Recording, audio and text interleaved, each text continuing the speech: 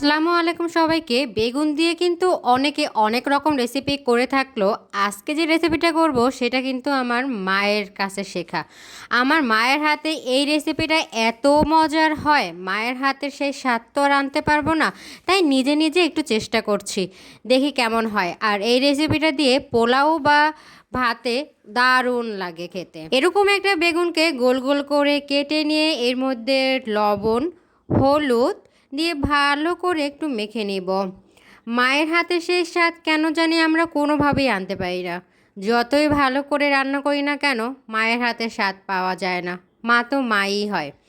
তো বেগুনটাকে ভালো করে মেখে একটি প্যানে তেল গরম করতে দিয়ে দিলাম। তেল গরম করার পরে একটা একটা করে বেগুনের পিসগুলো এর মধ্যে দিয়ে দিব। আমরা সবাই জানি বেগুনে অনেক বেশি তেল লাগে, কিন্তু আজকে একটা টিপস আপনাদেরকে শিখিয়ে দিই, যা করলে বেগুনের তেল খুবই কম লাগবে। অল্প তেল দিয়ে এর মধ্যে বেগুনগুলো ছেড়ে দিয়ে ঢাকনা দিয়ে ঢেকে মিডিয়াম টু লো হিটে রেখে দিবেন। তারপর আবার ঢাকনা খুলে এক পাশ করে ওপাশ উল্টিয়ে নেবেন। এরকম করলে কিন্তু আপনাদের বেগুনের তেল অনেক কম লাগবে। দেখেন কতটা বুদ্ধি করে চলি। আর এক একজনের ভিডিও দেখে কিন্তু আমরা অনেক রকমের টিপস শিখতে পারি। আজকে আমি এক ধরনের টিপস বললাম, কালকে আপনার ভিডিও দেখে অন্য রকমের টিপস শিখবো। তারপরে দেখলাম যে একটু তেল কম কম লাগতেছে, তারপর সামান্য পরিমাণের তেল দিয়ে জাস্ট একটু ব্রাশ করে নিয়ে আবারও ঢাকনা দিয়ে ঢেকে দিব মিডিয়াম টু লো হিটে। এইরকমভাবেই কিন্তু আমরা একজন আরেকজনের ভিডিও দেখে অনেক কিছু শিখতে পারি। আমরা প্রথমেই কিন্তু এত পাকা রাঁধুনি হয়ে যাই না, বা এত ভালো ভিডিও মেকিং করতে পারি না। আমরা শিখতে শিখতেই সব কিছু পেরে যাই। বেগুনগুলো ভাজা হয়ে গেলে তারপর একটি কড়াইতে তেল গরম করতে দিব। আর তেল গরম করার পরে এর মধ্যে দিয়ে দেব 1 টেবিল চামচের মতো পেঁয়াজ বাটা।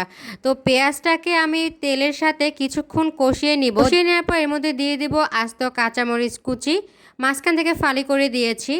তারপর একটু পানি দিয়ে কিছুক্ষণ কষিয়ে নেব, যতক্ষণ না পর্যন্ত এর মধ্যে কাঁচা গন্ধটা চলে যায়। পেঁয়াজের কাঁচা গন্ধ চলে গেলে এর মধ্যে দিয়ে দিব পরিমাণ মতো হলুদের গুঁড়ো এবং পরিমাণ মতো মরিচের গুঁড়ো। যেহেতু কাঁচামরিচও দিয়ে, তাই পরিমাণ মতো মরিচের গুঁড়ো দিব। আমার একটু ঝাল ঝাল ভালো লাগে, তাই আমি মরিচের গুঁড়োটা সেই অনুযায়ী দিয়েছি। তারপর অল্প পানি দিয়ে কিছুক্ষণ কষিয়ে নিয়েছি। কষিয়ে নেওয়ার পর কিন্তু লবণ দিয়ে দিলাম। লবণ দিয়ে আরও কিছুক্ষণ কষিয়ে নিব। যারা আমার ভিডিও দেখেন তারা অবশ্যই জানবেন যে আমি যে কোনো তরকারি মশলা অনেকক্ষণ যাবৎ কষিয়ে নেই। অনেকক্ষণ যাবৎ কষালে কিন্তু তরকারি মজা হয়। তারপর আবারও অল্প অল্প পানি দিয়ে কিছুক্ষণ কিন্তু কষিয়ে নিচ্ছি। যখন দেখব তেল উপরে উঠে আসছে, তখন মনে করব যে না, এর মধ্যে কষানো কিন্তু হয়ে গিয়েছে, তখন পরিমাণ মতো ঝোল দিয়ে দিব। যেরকম আপনারা মাছ রান্না করতে ঝোল দিয়ে দেন, সেই অনুযায়ী এরকম ঝোল দিয়ে যখন দেখব ঝোলের বলক উঠে আসছে, তখন সেই ভাজা বেগুনগুলো এর মধ্যে দিয়ে দিব, যাতে মশলাগুলো এই বেগুনের মধ্যে একটু ঢুকে। বেগুন যেহেতু আগেই ভাজা, তাই এটাকে বেশিক্ষণ রান্না করতে হবে না, জাস্ট মশলাগুলো বেগুনের মধ্যে ঢুকলেই হবে। তারপর উপর থেকে ধনিয়া পাতা কুচি দিয়ে ঢাকনা দিয়ে ঢেকে রেখেছি। যখন দেখব ঝোলগুলো একদমই মাখা মাখা হয়ে গিয়েছে, তখন নামিয়ে ফেলবো। এটা কিন্তু গরম ভাতে বা পোলাও দিয়ে খেতে অনেক মজা লাগে।